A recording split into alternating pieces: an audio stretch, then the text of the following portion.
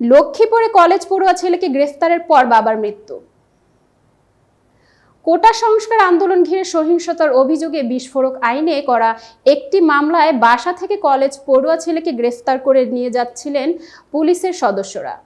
এ সময় বুকে ব্যথা অনুভব করেন ওই ছাত্রের বাবা। এর ৩ ঘন্টা পর মৃত্যুর কোলে ঢলে পড়েন তিনি। গত মঙ্গলবার ভোরে এই ঘটনা ঘটেছে লক্ষ্মীপুর পৌরসভার ১০ নম্বর ওয়ার্ডের কালুহাজি সড়কের একটি বাসায়। নিহত ব্যক্তির নাম শামসুল আলম। পরিবারের ধারণা, পুলিশের অভিযানের মধ্যে আতঙ্কিত হয়ে হার্ট অ্যাটাকে মৃত্যুবরণ করেন। গ্রেফতার কলেজ ছাত্রের নাম সাইফ মোহাম্মদ আলী। তিনি লক্ষ্মীপুর সরকারি কলেজের স্নাতক প্রথম বর্ষের ছাত্র।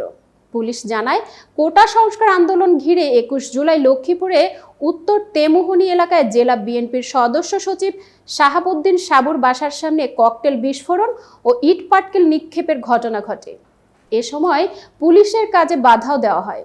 এ ঘটনায় পুলিশ ১৩ জনের নাম উল্লেখ করে অজ্ঞাতনামা ৭০ থেকে ৮০ জনের নামে মামলা করেছে। ওই মামলায় সাইফ মোহাম্মদ আলীকে গ্রেফতার দেখানো হয়েছে। তবে সাইফের নাম মামলার এজাহারে নেই। গ্রেফতার সাইফ মোহাম্মদ আলী ছাত্র শিবিরের রাজনীতিতে সক্রিয় বলেও জানায় পুলিশ। সাইফ কোনো রাজনীতির সঙ্গে জড়িত নন, তার নামে কোনো মামলা ছিল না। পুলিশ তাকে জোর করে নিয়ে যাচ্ছিলেন। এ সময় সাইফের বাবা আতঙ্কিত হয়ে পড়েন। এক পর্যায়ে বুকে ব্যথা অনুভব করে তিনি মারা যান। পুলিশ ও পরিবার সূত্রে জানা গেছে, দুপুরে সাইফকে আদালতে সোপর্দ করে পুলিশ। আদালতে সাইফের জামিনের আবেদন করে তার পরিবার। এ সময় সাইফকে বাবার জানাজায় অংশ নিতে একজন আইনজীবীর জিম্মায় বিকেল ৫টা পর্যন্ত জামিন দেন।